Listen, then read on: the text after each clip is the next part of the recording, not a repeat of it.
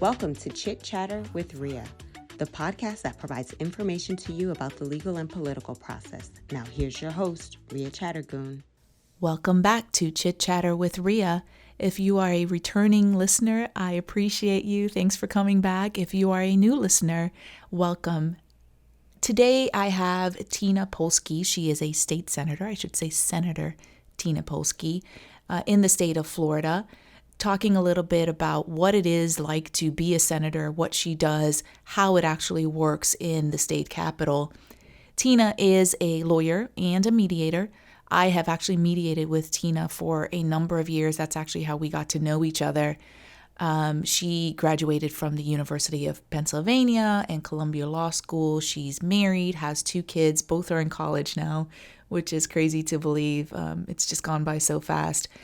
But what I love most about Tina is that she is a straight shooter. She tells you like it is. It's the reason I use her as a mediator. But I also use her because she is able to express her ideas and her beliefs in a way that people listen. And I think that's very important for any politician. But she's also very principled, right? And she's going to stick to what she believes in. She stands up for whether it's racism, whether it's anti-Semitism. She stands against it. And I love that about her. I think she's one of the best people in our state government now. I am a little biased because she is a friend and I do work with her in a professional way. But I hope you enjoy this podcast, and I hope you enjoy this interview with Tina. Rate and recommend to your friends if you like it. Welcome to the show, Senator Tina Polsky. Tina, how are you today? I'm great. How are you? Thanks for having me. Thank you for coming on. You're one of my first guests on my podcast. I'm excited for you. And so before you became a senator, we knew each other because you served as a mediator for several of my cases and will continue to serve as a mediator as long as I can get you on.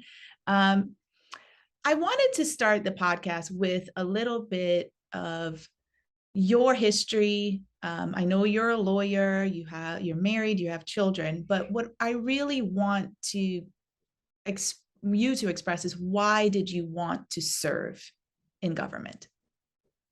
So sometimes these things just fall into your lap in a strange way. And that was the case for me. As you said, I practiced law in New York. I was at firms and I was also in-house at companies doing some employment law, human resource work. I moved to Florida 17 years ago and, had not practiced in a while and just had no interest in, being an actual practicing attorney. So I just went the route of mediation. And that's as you know, a kind of a long certification process, but got into it and, was able to build up a practice, which was a little challenging because I didn't practice law here. So like a lot of people just kind of slide into mediation. So I, took it upon myself to network. That's how we met each other. And somehow one of these networking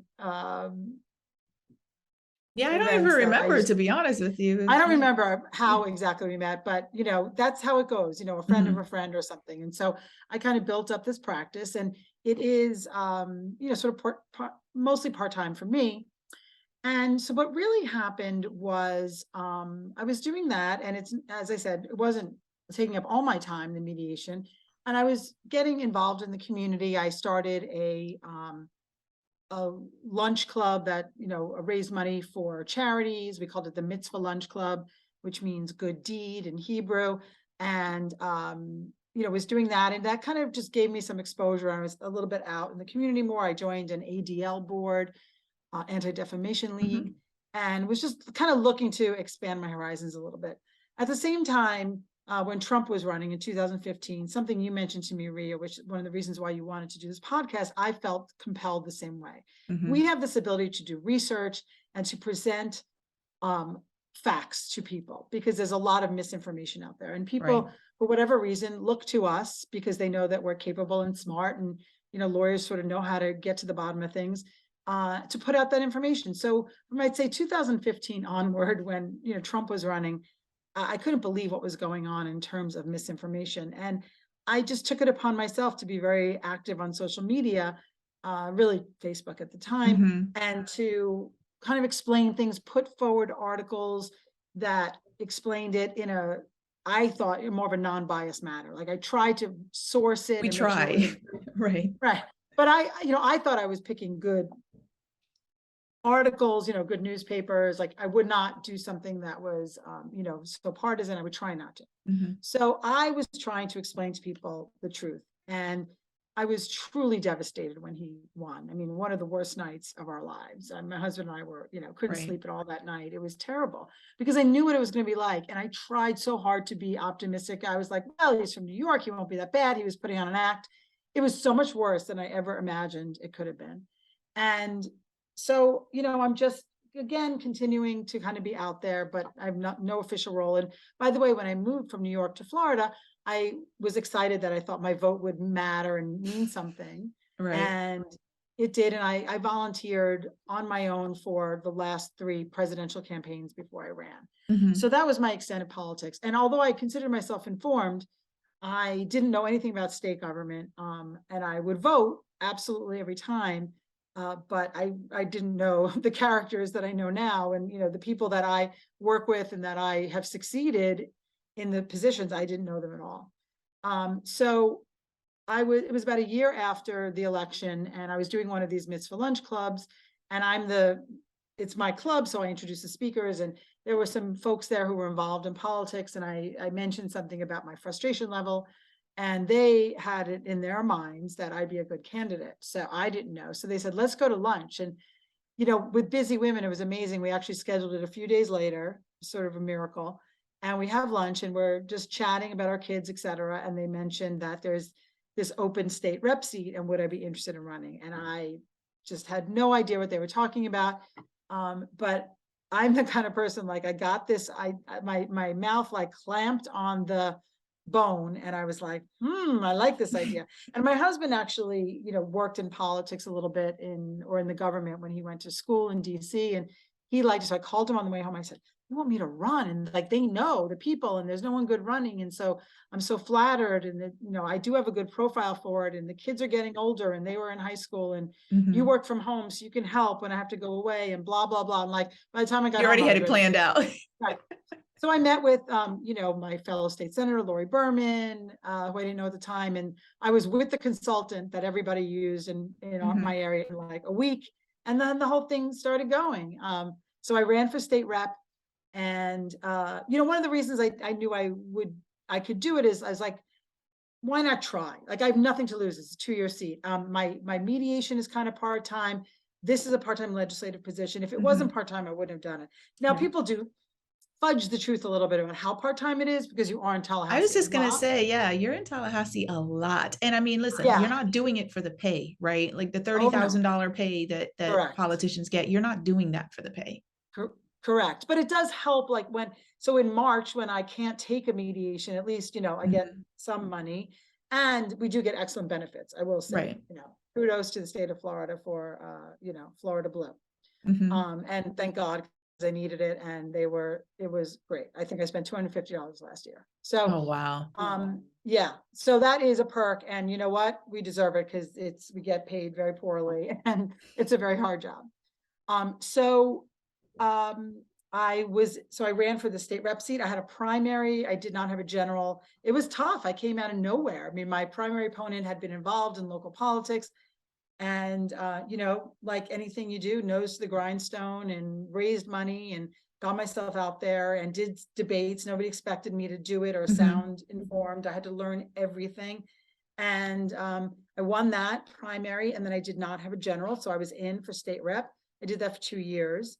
And state rep's a little tougher because there's 120 of us, and we don't have a great ratio in the state house. There's 120 reps, and at the time I think we had like 48 Democrats, maybe something like that. That was, it was tough but good. And then the state Senate seat where I lived opened up, and that was a friend of mine who was in that seat, and I thought, you know what, let's try this one next, because the Senate is only 40, and you have unlimited bill slots, and you have a lot more ability to get things done, work across the aisle. It's a little bit more of the congenial or it used to be, legislative branch. And so, I was looking forward to that opportunity. So I did that, had a very tough primary where I got outspent, but I worked hard, won that one. And then I did have a general, and that wasn't as tough, but it was close. Like the numbers are just what the numbers are, Republican Right. versus Democrat. And the independents probably just, split down the middle. So I've been in the state senate for 2 years, and then we had redistricting. So every 10 years, when the census comes out, they reformulate the seats. The state senate and the state house redistricting, I'm not going to say were gerrymandered. I'm going to save that for the congressional districts. But they were okay. But there was change in South Florida. Everybody sort of moved south, and we lost one Senate seat. We just didn't grow at the same rate as other parts of the state. So I decided my district basically got cut in half. And so I decided to run for a different number. I'm currently in 29. I'm running for 30. All the numbers changed, mostly Broward, Northwest Broward, and less of Palm Beach. So Boca, but not all of it. So it changed significantly, but that's Right, when I because chose to run in. with the change, you were in Lori's district. You Correct. would have So, been running. my Okay. friend, Senator Lori Berman. Yeah. So I had to move, and I had to, run and in this other district. And so that is what's going on now.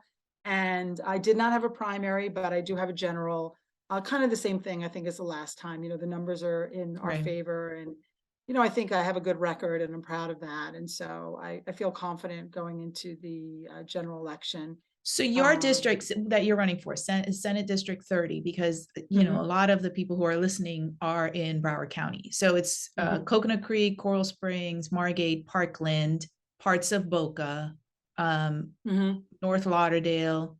What am I missing? Not North Lauderdale, really. I mean, it's kind of touches on the border, but it's West Pompano and West Deerfield. So it's really like this nice square that goes from Palm Beach down to Broward on the northern side. But the furthest east I go is like Dixie in Pompano and Pompano and Deerfield. So I was looking at Florida politics, and you have raised quite a bit of money, over $230,000 so far, probably more if I'm not mistaken. When I talk to people, my friends, people in the community, one of the biggest issues that we always discuss is the money in politics, right? And you have to raise money in order to run, because you've got to market yourself, you've got to spend that money. But to the regular citizen who is struggling to pay their rent, or struggling to pay their car note, or dealing with health insurance issues, $230,000 plus to spend on a campaign is a lot of money, right? How do you feel about the money in politics? I wish it wasn't there. It's gross. It really is. It's such a colossal waste of money. All those mailers that you and your listeners are getting, you take them, you throw them away. Those things are minimum 20,000, right, 30,000, depending on the universe that you're sending to. It's terrible. The reason that, we have to do it is because the other side's doing it, right? The Republicans rake in so much money. Governor DeSantis has, I think, $177 million on hand. He asks for donations every day. Yep. He gets donations from, massive billionaires across the country, and yet, puts Democrats down for being funded by George Soros or whoever, which is a complete anti-Semitic the trope. Northeastern Ivy Leaguers, right? Right. Who, by the way, Governor DeSantis, he's one of them. FYI. But here, you want to talk about gross. He took, and the number is escaping me. I'll try to find it. I think over $3 million from public funding that statewide candidates are entitled to under law in Florida. I didn't know that. If you raise a certain amount of money, showing you're a viable candidate, the statewide, meaning the governor, the cabinet members, the Senate, U.S. Senate, they are allowed to, actually, I'm not sure about U.S. Senate because it might just be state, but they can dip into this fund. And the fact that he took it is awful. And what then do you mean he took it? He can take it without any sort of you're entitled to it. You're Oh. entitled to it, but you don't have to take it. Mm. Like, it would be nice to not take it. When you have 177 million, do you really need the 3 million or whatever that the state is offering? Well, yeah, especially when we've got teachers underpaid in a Oh, homeless it's issue in Florida. Like, so, to me, that says everything about his right. character. He didn't need that money. And that's taxpayer money. So I think, around the time that he took that money, I got a flyer from DeSantis. I've gotten Mhm. multiple. I am a hardcore I Democrat have who, too, like, yeah. and they know that from tracking and, my registration, and I'm a Right. voter, like, they'd call us like a super Democrat. So why Why are they like, sending it to you? such a waste of money? Not only the money it costs to print it, the environmental waste and everything, to hardcore Democrats who are never going to vote for him. I mean, if he wants to send it to NPAs, that's his business. Yeah. And of course, statewide, if he's sending it to Palm Beach County, he's clearly sending it to areas that are a little redder. And Mhm. so it's sickening, the money. But let me just say something about, like, how it goes. It's just what the lobbyists are used to doing. And Right. it's not like that money's going to go somewhere else. I mean, a lot of them are very charitable. They give money. They, are very helpful to the community, but they budget a certain amount of money for the legislature. This is kind of the insight that I can give to your listeners. It is gross. I mean, would be happy if we didn't have to take it, but it's not as gross as it seems, in the sense of, like, pay for play or buying votes. I can tell you from my experience, and pretty much everyone I know, that that money does not get you their vote, or it doesn't get them my vote on something that they want. What it gets them is smart people in office who they like, who they believe will listen if they have something to come to us for. Not vote with them, but just listen. And so they want the best, smartest, most accessible people to But come let into me let me office. challenge you on that a little bit though, Yes, because you're a stand-up person. You're a person, I know you personally. You have principles. We've seen on the federal level, at least, you know, a lot of these politicians accepting money from the NRA, from the pharmaceutical companies, and yes, they're voting in line with their principles and their what they want done. So absolutely. so yes, I think for you and for a lot of, I would say, Democrats, some Republicans, because I do know a lot of Republicans who would not do that. But I think, on a federal level, people are seeing that pay for play though. And I think, that's the problem with the money in the politics that people have I an issue with. agree. Yeah, I agree completely. I just, want people to understand, maybe it's more of a local issue. Yeah. I can only speak for myself, right? And, my colleagues, but, a perfect example is like FPL. They actually don't give huge amounts. Like, their checks, our max from individual is, or an individual person or a company, is $1,000. I've gotten a couple of $1,000 checks. Obviously, it doesn't make or Hmm. break my campaign. Hmm. They had a big bill on solar, like changing the basically sort of the subsidies that the solar industry gets Hmm. this past year, and it was big. I was lobbied front and back and sideways. Multiple lobbying groups came to me. I voted against them. I'm still friendly with them. I talk to them. They still respect me. But that's a perfect example of how the money doesn't change the vote. But as I said, what I've learned from the lobbyists is that they just want smart, good people in that they can talk to, that will open their door and hear them out. There are let me just, like, kind of put it in perspective. Every issue under the sun comes before me. What do I know about solar subsidies and Right. utility Right. rates? And, that's obviously not my background. We have everything under the sun: medical, accounting, environmental issues. I mean, not, everything that you can imagine. We can't be experts in everything. So we do listen to advocates.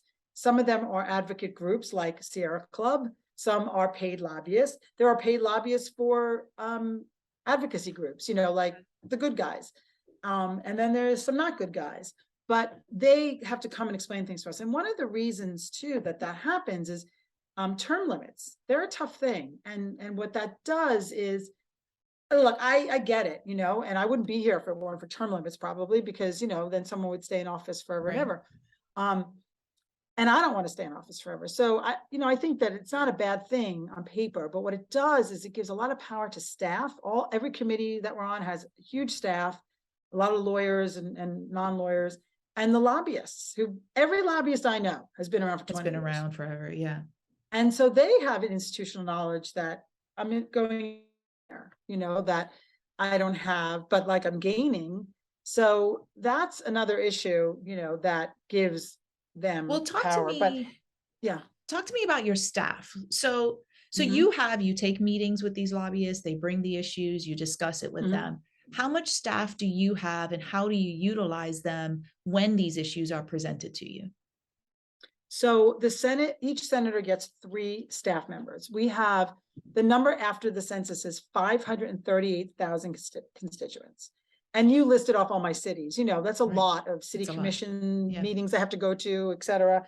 And you can imagine not only like the elected officials, but the different groups within each city that, want you, the Chamber of Commerce, the Mhm. Democratic Club, there's a lot of people looking for you to come see them.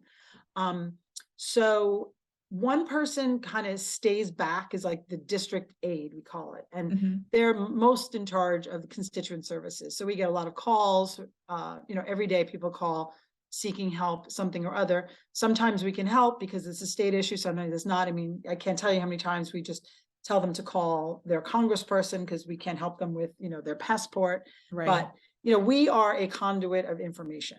And that's really how I view my role mostly, because, when things are bad and during the pandemic and vaccines and what do I do and they're scared, we try to help with information and set up events and things of that nature. So, we were putting out newsletters twice a week at the beginning of COVID to give people information, even things Right. as mundane as how to log on to the Publix website to get your vaccine. If you remember, Mhm. back then it was hard. Mhm. So that's a big part of what we do as constituent services. 2 of the 3 come with me to Tallahassee during session. The session's only 60 days. We go up for committee weeks before. Coming up this year, well, 2023, it's March through May, but we'll be going in November for swearing in. They've told us now we're going to have a special session on property insurance because they just can't manage to fix it during regular session over the last Right. 4 years, which is a huge problem. And they couldn't manage it in the last special session. So here we go, another special session, which costs hundreds of thousands of dollars. Why couldn't they manage it in the Yeah. last special session? That's what Floridians want to know, right? Yeah, because, well, in my political opinion, Governor DeSantis did not prioritize it. He had 4 years knowing full well this was coming down the pike. This is not something that was brand new. Mhm. Climate change is a big part of it. Florida obviously is ground zero Right. for, horrible storms that are getting worse and worse, we know. And they haven't put a focus on that. He doesn't want to ruffle the feathers of the insurance companies. There is this breakdown debate. Is it the lawyers? Is it the fraudulent roofing companies? Is it the insurance companies bilking us, the consumer? What is the cause of it? There's no doubt we have a problem. And there's no doubt we have very high litigation. But what I try to point out is, why do we have to litigate these cases? Because the insurance company denies the claim. That's their business model. I mean, I know they do that in all the states. So why Florida is worse than others, I really can't answer that. They have, over the last couple of years, broken down some of, like, we'll call it tort reform or, insurance reform that they've tried. And I think some are good. I mean, I don't think a claim should be open for 5 years. Either you have damage or you don't. So we moved it to 3 years, probably still a little too much, to be honest. So, they're doing things to try to cut down on claims, acting as if litigation is the reason why. There are companies that don't want to be here because it's just too expensive from a climate perspective. Right. So, the real issue is, how do you make insurance companies stay here? That's what it is. Well, I it's think not as we much now have litigation. two insurance companies, that are remaining, including Citizens. It's bad. And then we have the default is Citizens, and they have over 1 million customers now, and it's really problematic.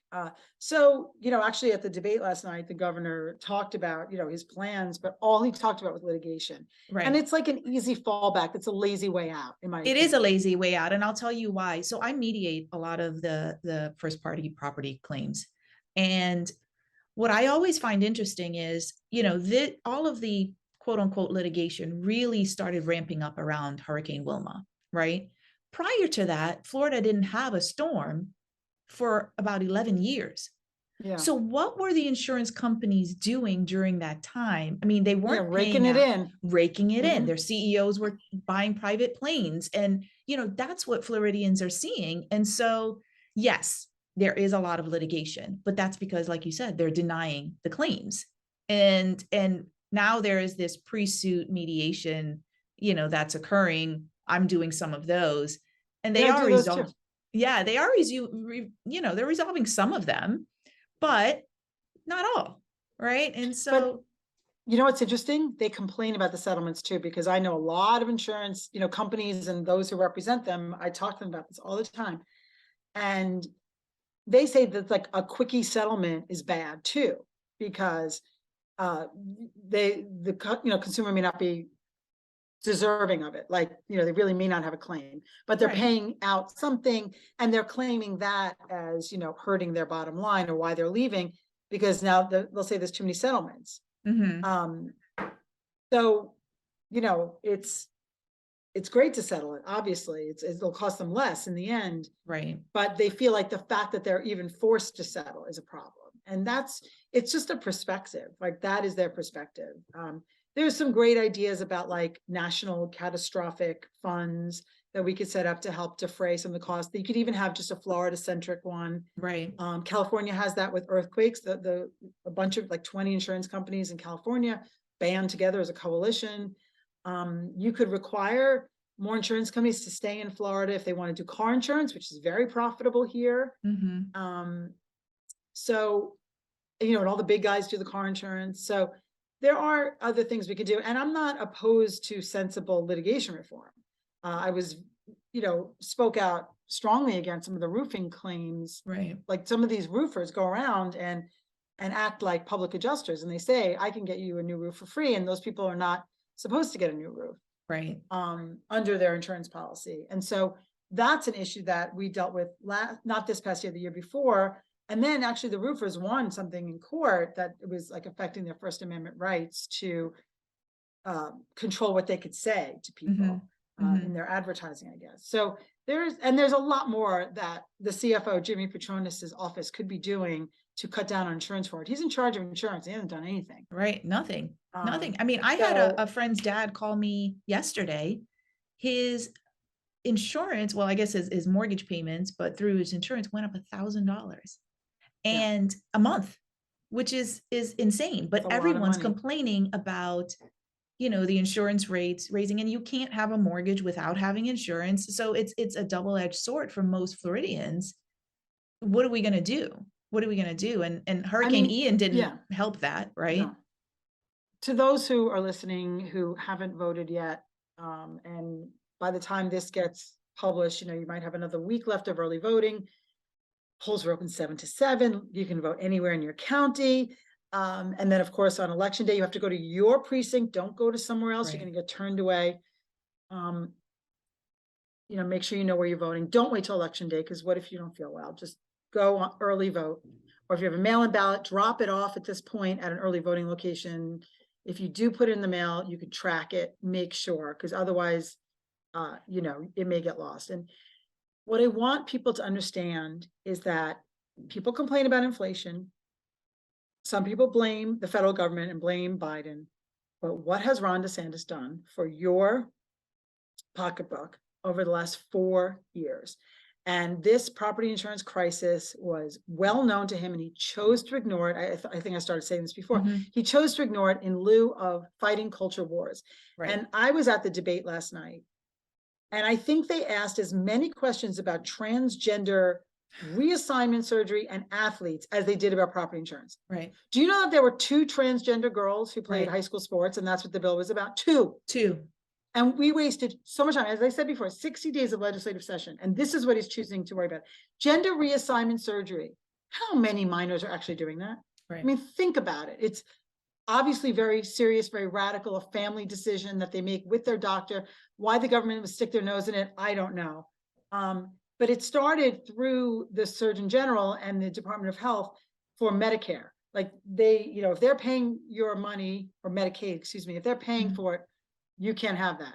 And I think they want to clamp down across the board, even if you're paying privately. Yeah. That is just so not an issue. It isn't, but this is what I think people get frustrated with.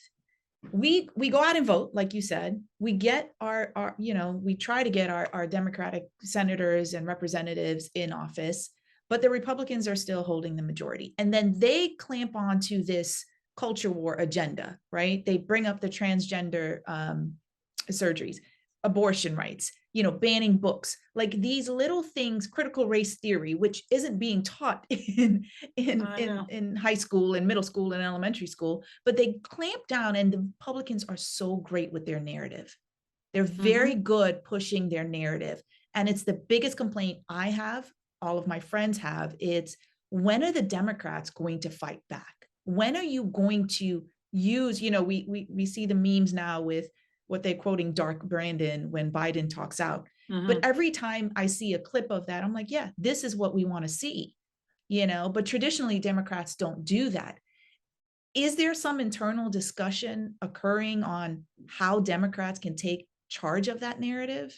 And if so, when are you going to do it? Because the election's around the corner. So, a lot of people mention that to me. There's not like this monolith Democrat, like there's the Florida Democratic Party. I get their emails 20 a day with speaking out against something or other. I participate in multiple press conferences about many of these issues.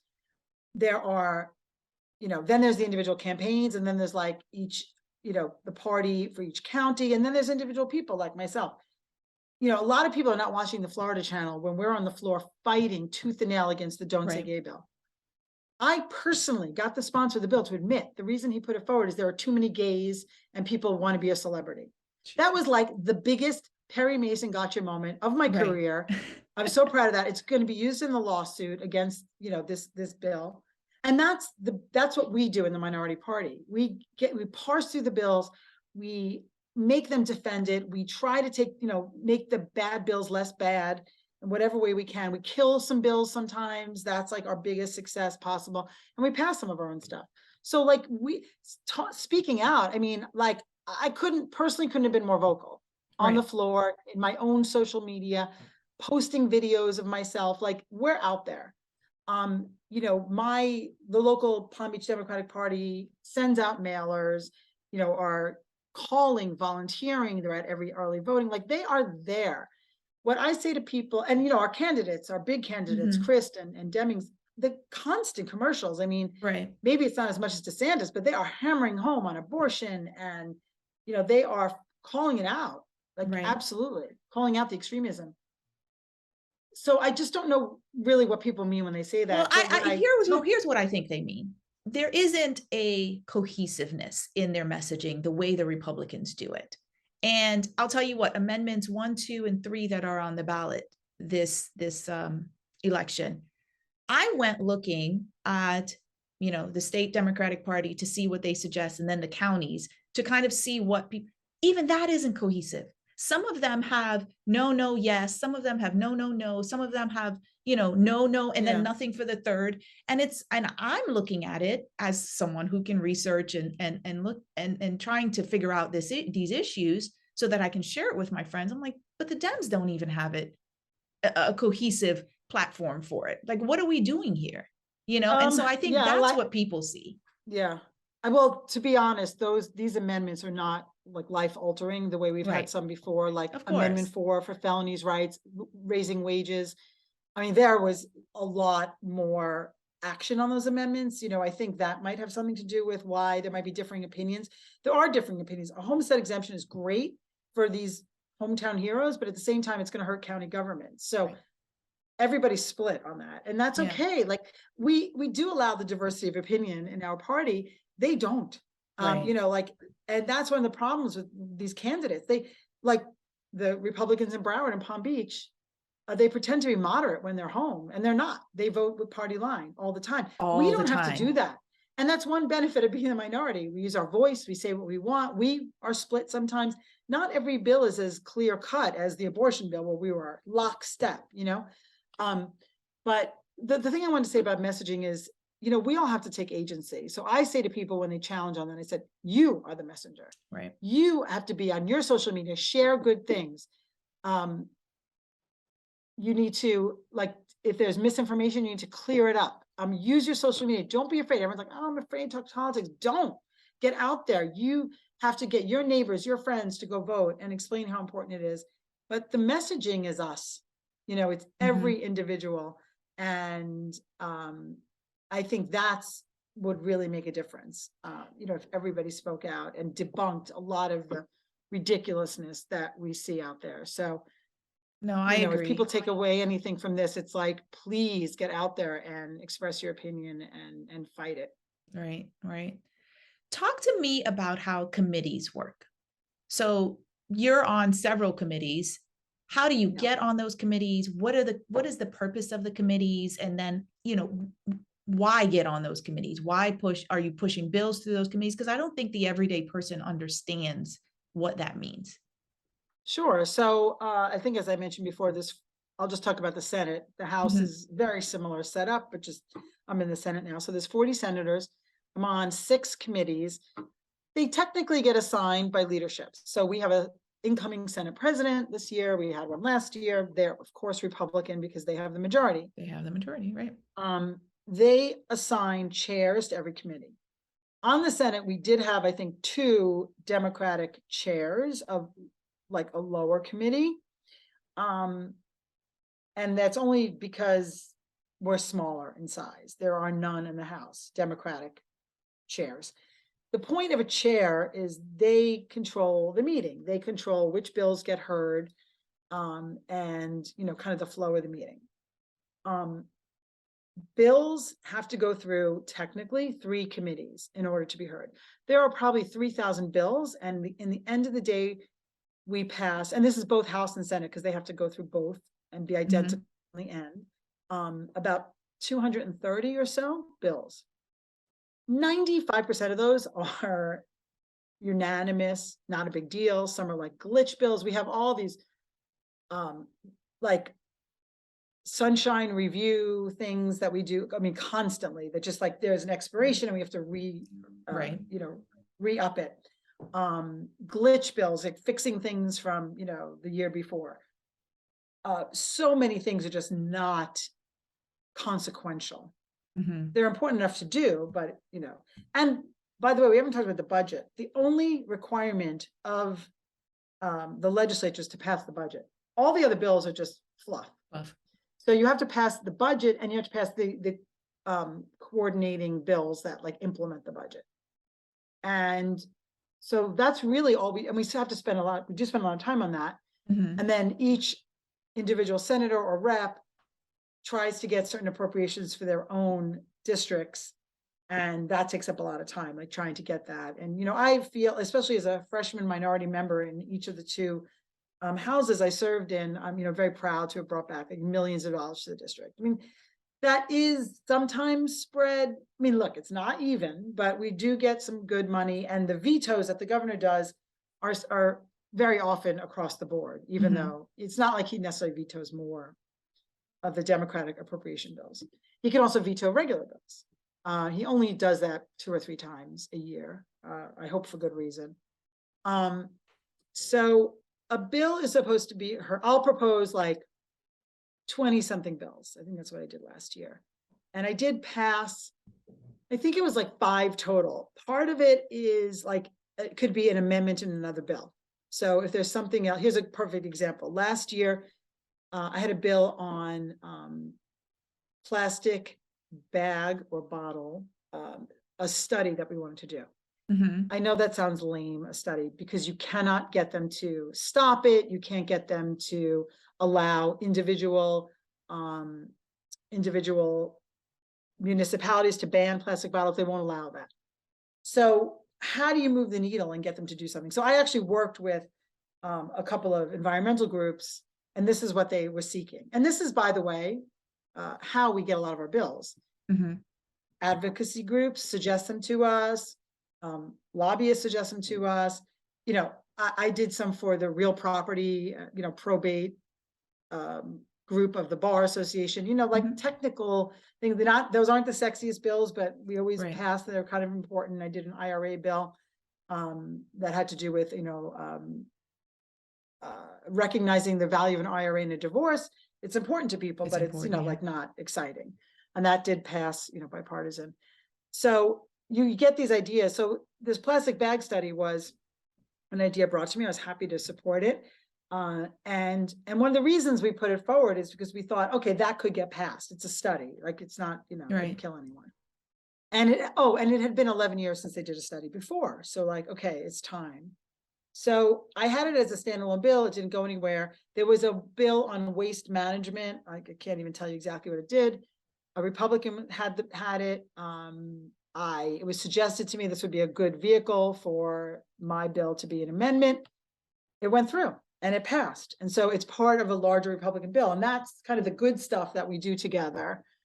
Yeah, talk to me about that, because I always say I could never run for office because it would be hard for me to work with someone, a Republican, who's out there, supporting hate speech and supporting anti-Semitic comments and making these just misinformation posts and sound bites, and then have to go in and work with them the next day. That's something I could not do, right? I'm grateful for people like yourself and other, public officials who can do it, but that's got to be hard, right? Because you've got to sit across from them. It's very hard. And I got to say, it can be so disappointing. These people become your friends. I mean, you spend so much time with them. Towards the end of session, we are on that floor all day long. We go, take turns going back to eat, and like there's food for us in the back. And you sit and you talk to these people, and almost everybody is a parent, and everybody, like at their core, wants to do the right thing for Florida. We just have a totally different way of going about it. Last night I go to the debate. The Christ group, we're wearing t-shirts. They're pink, Charlie for choice. We wanted to make a statement. They're all dressed to the nines in their suits. Whenever I walk over, I saw a bunch of my colleagues. I don't see them, right outside when we're not in session. Those who are not nearby, I mean, the ones in my delegation I see, and hugs, and it's great to see you. Some woman was like scowling at me because I'm like in this pink t-shirt sitting there with my, these women in red dresses. I'm wearing a red shirt now. Yeah.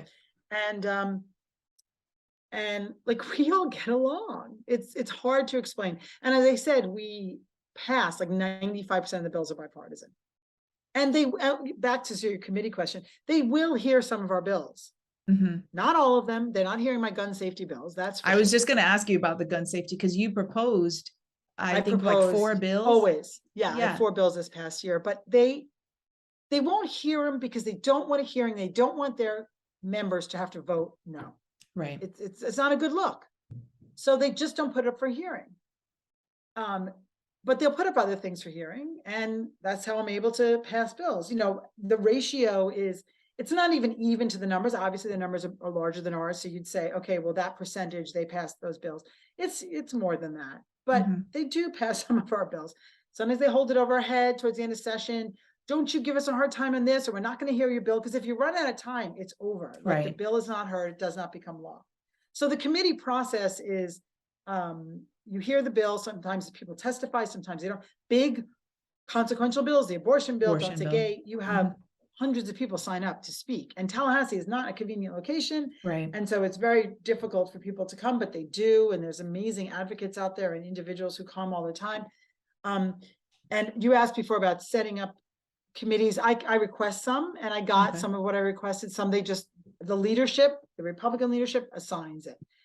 Is there some politicization of it? Of course. I mean, they put me on judiciary, which I was very grateful for, but I gave a lot of them a very hard time. And so if they don't put me on, it's because they didn't like that I pushed back. So I hope that they put me back on. I'm going to request it. I did a lot of good in education. We killed this Bright Futures, what major you have to have bill, which was awful here. We killed it, and we tore them apart in committee. So that's what committee is for. It's a hearing, and people testify, and you ask questions, and you debate, and you can propose amendments. And then it has to go to the floor, and it has to be voted on the floor, in the House, and the Senate. And as I said, for the 3,000, you only get 200 something through, and then the governor has to sign it. But it's like, it has to sort of be okay throughout the process. Like a committee chair might put something up, and then if leadership doesn't like it, it's not going to get another hearing. But here's the kicker. If they want something done, they won't even put it, they'll put it like in one committee, like the last committee, which in the Senate is appropriations or rules, it's called. And they'll have like all day sessions at the end. Every bill has to go through one of those two committees at the end. The others are like kind of subcommittees considered. And if there's something going on at the end and we're running out of days, they will just put it in the final committee because they can waive the rules at any time, the leadership. Wow.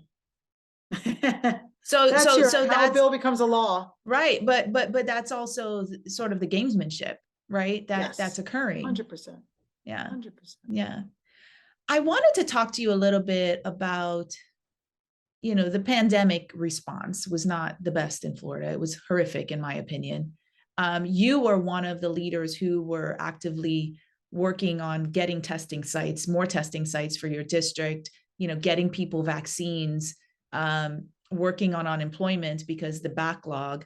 I've got so much as an employment lawyer, got so many calls about unemployment, and I had no answers for them because you've got to call the agency for that.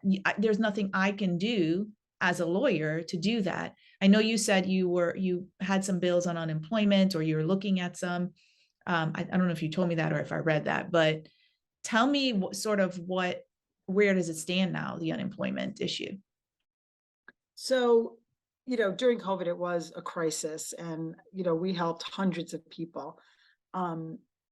The system was broken, backlogged. It never worked the right way in the first place. I think Governor Scott spent, a ton of money on the technology, and it just never worked. So when you said, you tell people to call the agency, they tried, They tried. like, Yep. and these are like the horror stories we get. So in the end, it took a little while, but like the formula we sort of set up is like an Excel spreadsheet. We had a legislative liaison who we would give that information to, and then they kind of like get moved through the process faster. We point out like, okay, Mr. Smith has not heard from you in X amount of time. Like, obviously I can't get them the unemployment check, but what I can do, and like this kind of goes for any issue, is get to the highest level. Right. Like if you have a problem with, something unrelated, like, environmental protection or something, like I could get to the head of the agency and talk to them and see if we can resolve it. And that oftentimes does work. So that's, again, how we viewed our role, is to just get them prioritized and looked at so that they knew that these people were waiting and something was wrong with the system. After that, I guess it was 2021, there was a lot of proposals to raise the rate. It was like one of the lowest in the country for what you can get. And that was not successful. I think it passed the Senate, not the House. Tried to like change sort of the technology and the system. They say it's better now. I guess we haven't had the crisis to really test it, but there hasn't been a complete overhaul at all. A lot of people were having like sort of post-pandemic issues, like getting the tax receipt and things like that, and some businesses as well, from their perspective. So, we continue to work with people, but obviously it's not the same crisis level. But we tried to do a special session on the unemployment insurance, and they wouldn't have it. And we did like what we were allowed to do, like poll everyone. And if you get to a certain number, then everybody has to vote. And we did that, and they voted it no, like all the legislators. So pretty gross, because, we were in the middle of an absolute shit storm, and they wouldn't fix it. They wouldn't meet to fix it. Again, priorities of this governor, right, and this administration. One of the things, go ahead. No, I was just going to say, unfortunately, the legislature, it's supposed to be separation of powers, and the legislature is supposed to be a backstop. And it used to be. I mean, everybody said to me when I was running for the Senate, like, the Senate stops bad things from happening. They wouldn't hear abortion bills for years and years. Right. There used to be, and then the numbers are much closer in the Senate. You only needed like 2 Republicans to kind of not vote or vote our way, and the bill died. We've lost a few numbers, but those people are gone due to term limits, or they just didn't like the atmosphere anymore. And now the legislature rolls over for the governor, and Mary, so look at lobbyists being around for a long time. Every one of them I speak to said this has never happened in 20 years or however long they've been around. That the governor party controls lines not only, yeah, but they could, but even more than that, the governor controls policy, and then the governor is choosing Senate candidates. Like there was one in the Tampa area. Yeah. He kicked out somebody, stuck another one in, and he's paying for them. And that is unheard of, that he is sticking his nose in. But this is why I the continue chambers. to say, I think he is so dangerous, so 100%. dangerous. Because Worst. he is showing just, I mean, he's doing whatever he wants to do. He's getting away with it. People like me are just frustrated with it because it's where are the checks and balances of it. Yep. And, you know, when I have friends who complain about these things to me, I'm like, you got to go vote. You've Right. got to vote. We have got to vote this guy out of office. We've got to vote him out of office. People are discouraged, but since we have a little more time for people to vote, he won the governorship 4 years ago by 30,000 votes, less than 1%. Every governor's race has been that way for a long time in Florida. Don't let them tell you it's done or your vote doesn't matter. Go early vote. It is so easy. There's no lines. I was at the Coral Springs Library yesterday. There was nobody there. You could even make an appointment in Palm Beach County if you want. But oh, really? I didn't know that. Yeah, it's like they're testing it, you know. So or vote by mail. Vote by mail is so easy. Vote by mail if you want. Just make sure your signature matches what your license looks like and track it. That's the most important thing. Yes. Because if they don't like your signature, they will reach out to you. They're very good about that, and you can fix it. Like you want to give yourself enough time to cure any problems that there might be, or if you're somehow your ballot's lost. If your ballot never makes it, you can go early vote. Like I get a mail-in ballot, and every time I go to early vote, they say, well, did you use your mail-in ballot? I say, nope, I'm not using it, ripping it up. So, okay, go early vote. Right. So there is no double voting. That is not, there's no fraud, none of this crap. Did you see the video of the arresting for the voter fraud last week? Yes, it's disgusting. It's disgusting. It's just pure voter intimidation. We knew that from the minute it happened. They hated Amendment 4. For your listeners, Amendment 4 allowed felony people who are convicted of a felony, who have served their probation and they're done with their sentence, that they could vote again. Not murderers and not sex crimes. I'm not sure how you define sex crimes, but okay, that was what was on the ballot. It was voted in overwhelmingly. I came in with that. I came in 2018 with that on the ballot. The legislature took it upon themselves to shrink back on what the people voted for and make it harder and harder for these. And I think it was like 60% of Floridians voted for that. It was a lot. Oh, well, it has to be over 60 for any constitutional amendment. It was like 65. But, it was like 65 or 67. It's like enormous in the state of Florida. It's a landslide. And they just made it harder and harder. The legislature, like that's not their role. The people spoke. We have this system in Florida. It's very hard to get a ballot initiative on the ballot. It's a ton of work. It's a ton of money. They did it. It passed. They still stuck their nose to make it harder. And then this whole business of arresting these people, it is such a joke. They will not be convicted. They're not even going to be prosecuted. Right. It's even the cops arresting them were confused on why they were arresting them. It was it's so disgusting. Gross and horrible and racist. And if they can't win, they cheat. Right. And don't let them do that to you. Do not let them. You know, I get so frustrated. I'm like, I can't. I love living here. I can't. I don't want to be discouraged. I don't want to move away. You know, that's almost like what they're looking to do. Like, let's not let them take away our Florida. Right. Like, this is not who we are and what we are. I know a lot of it is, and believe me, I saw it yesterday. I was in Fort Pierce going to the debate. We were rallying in our pink t-shirts. They were on the sides, yelling at us, baby killers, this, that. It's disgusting. But you just, keep the faith and but vote, it's vote. Important to, like you said, don't let them do that. Go vote, because, for example, the Surgeon General position, which our I won't even say lovely Joseph Ladapo, who I know, I got, that's a position that the governor gets to appoint, right? Right. And the Senate gets to confirm. And when you asked me before about my Republican, like, I'm very friendly with these people. Right. And I beg them to not confirm him. I'm like, look what he did to me. He's awful. He's this, he's that. And for the people who don't know what he did to you, tell us what he did to you, because I was really upset and I had to stop myself from going off on social media about it. I was diagnosed with breast cancer last year, and luckily I am doing very well, but I had surgery and I had radiation, and in between the surgery and radiation, it was October of last year, and I was in Tallahassee for these committee weeks. And, as I mentioned, a lot of people come in and out of your office all day long, and it was like the height of the Omicron variant, and I'd had my vaccines, but I, was very concerned about catching it, because if I caught it, I couldn't start my radiation. Right. How could I go into Boca Raton Regional Hospital with COVID and start my treatments? And if you don't start your treatment at a certain time, you're like shit out of luck. Like Right. it has to be done within X number of weeks of your surgery, or it doesn't really work or mean the same. So I was scared, and like, honestly, I could have stayed home. No one would have faulted me for saying, I'm in the middle of breast cancer treatments. I am not exposing myself, and I don't feel well. I'm not coming up there. But I did, because I thought that it was important. And I only missed like a couple of days for all of it. So I go up there and I put a rule in my office that you have to wear a mask, because I don't want to get sick. And every single person who comes to my office wore a mask. No problem. No one ever said anything.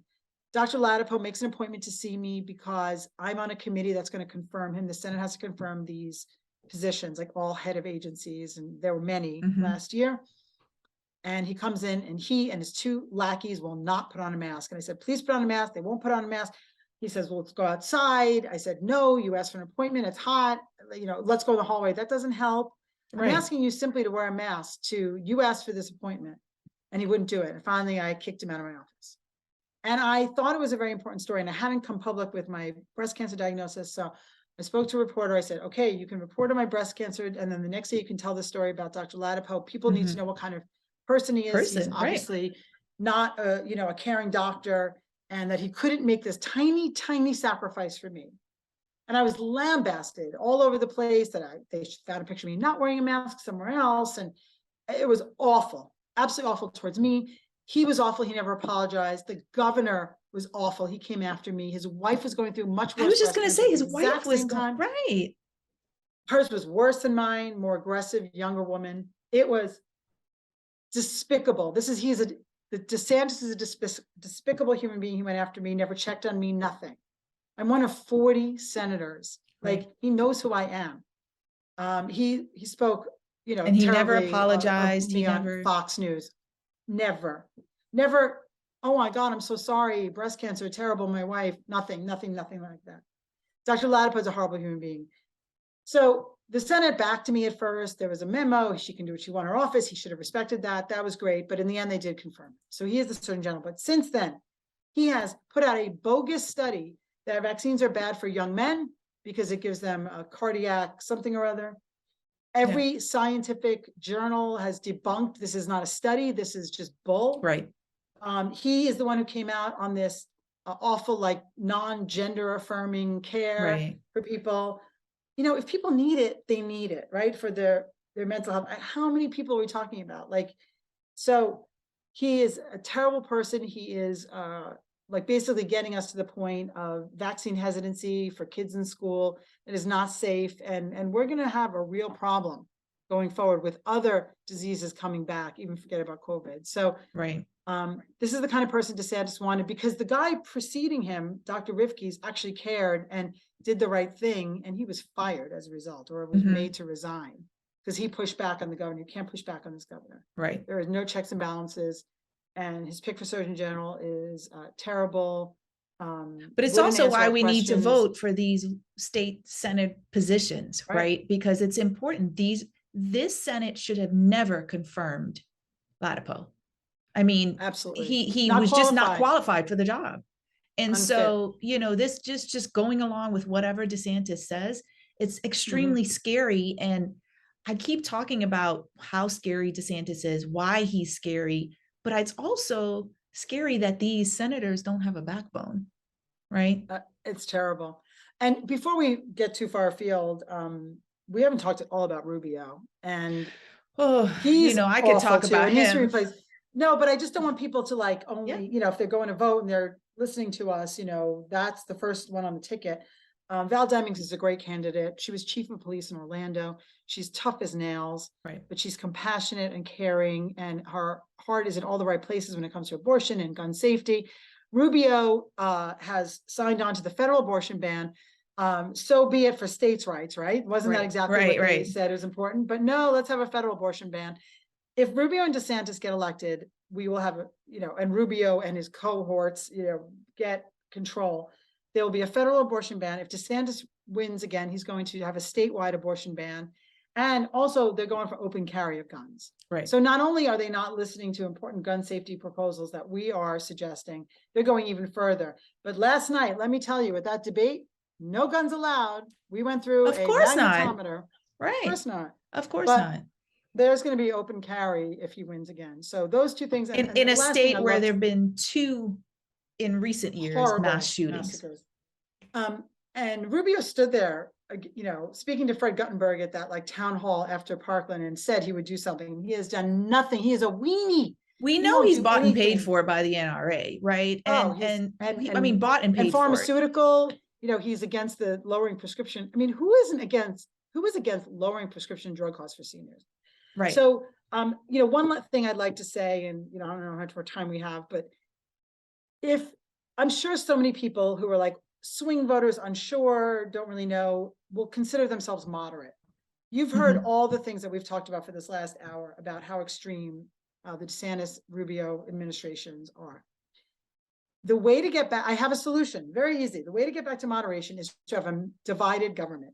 Charlie Crist, he is no crazy radical, believe me.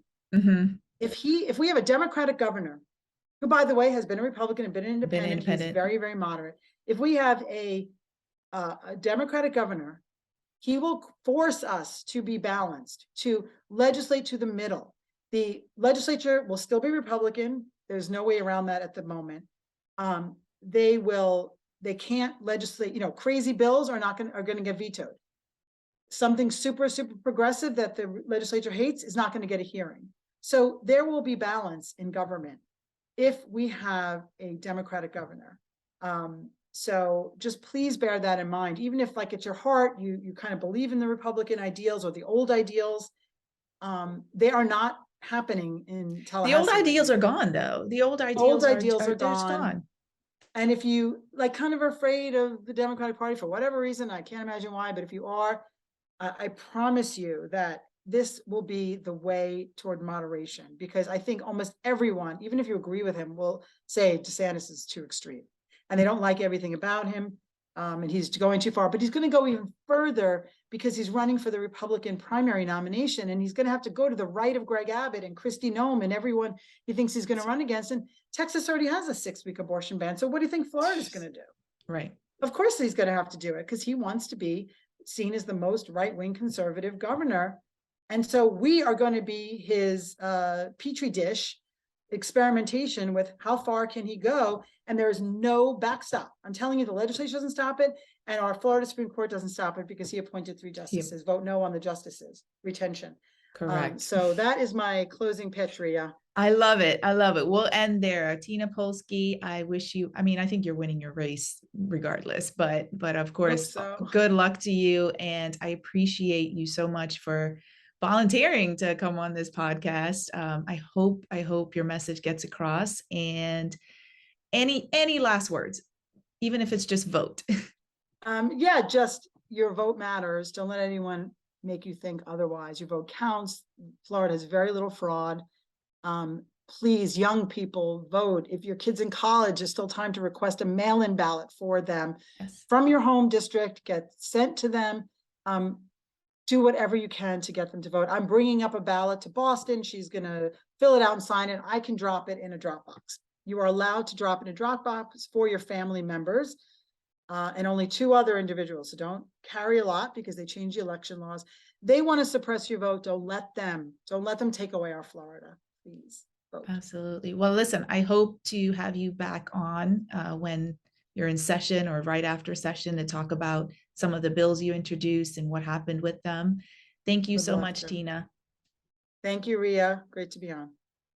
Thanks for listening. If you enjoyed the show, please rate and recommend wherever you get your podcasts and tell a friend. You can also follow the podcast on our social media pages.